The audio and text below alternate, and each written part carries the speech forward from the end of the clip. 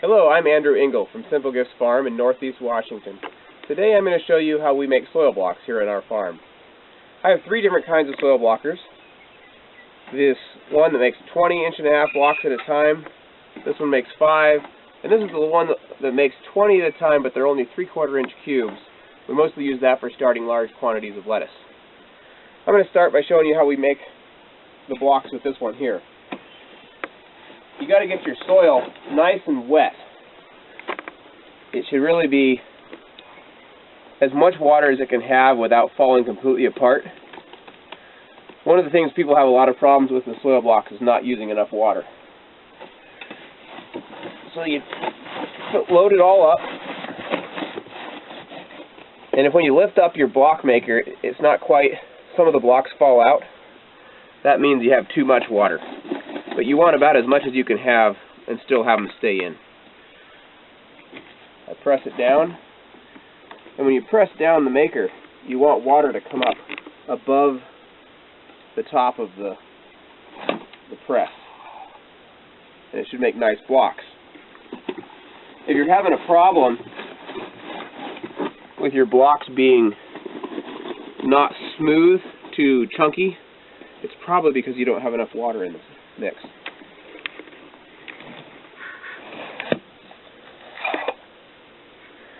So you can see here I got a little bit too much water. Slightly too much water will cause this to happen. But I'd rather have too much than too little.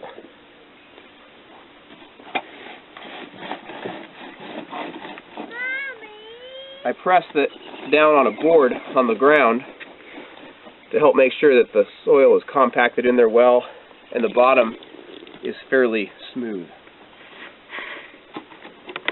And then when you're going to take them out, you press fairly hard to compact the blocks and then gently squeeze the maker off of the blocks themselves, lift off the top. If you're not careful, you'll find the top of the block sometimes come apart. Okay, and then what I do is I use the small block maker. If you're not doing a lot of these, you might only use the small one. I'll show you how that one works. Pretty straightforward. I usually just rub it on the side of the wheelbarrow. Again, press it in. You can see how the water comes up above the top of the press.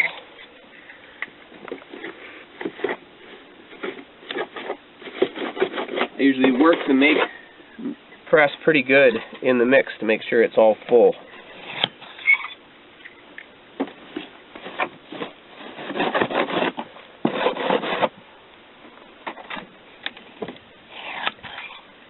Then I usually leave these 3 blocks out because it's easier, and it's easy to put water in here for watering the soil blocks, and when you have the plants in there, it works pretty nice. Now for this little block maker, I like to use this mesh bottom flat inside of a regular flat.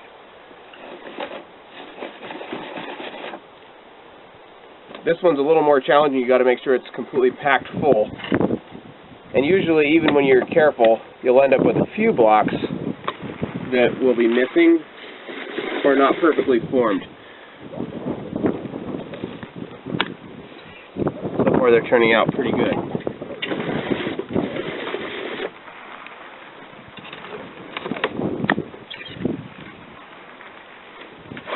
Again, having enough moisture is critical.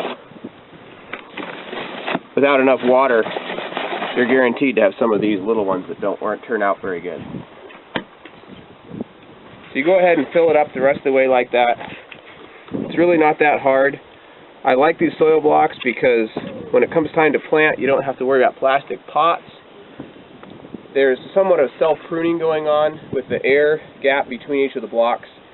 You get the maximum amount of soil in a small amount of area for your roots to grow. And you don't have any transplant shock when you go to just drop it into a hole as compared to trying to get it out of a plastic pot. So I hope that you will try growing some soil block starts. And if you have any questions, feel free to contact us through our website, simplegiftsfarm.net. Thank you for watching.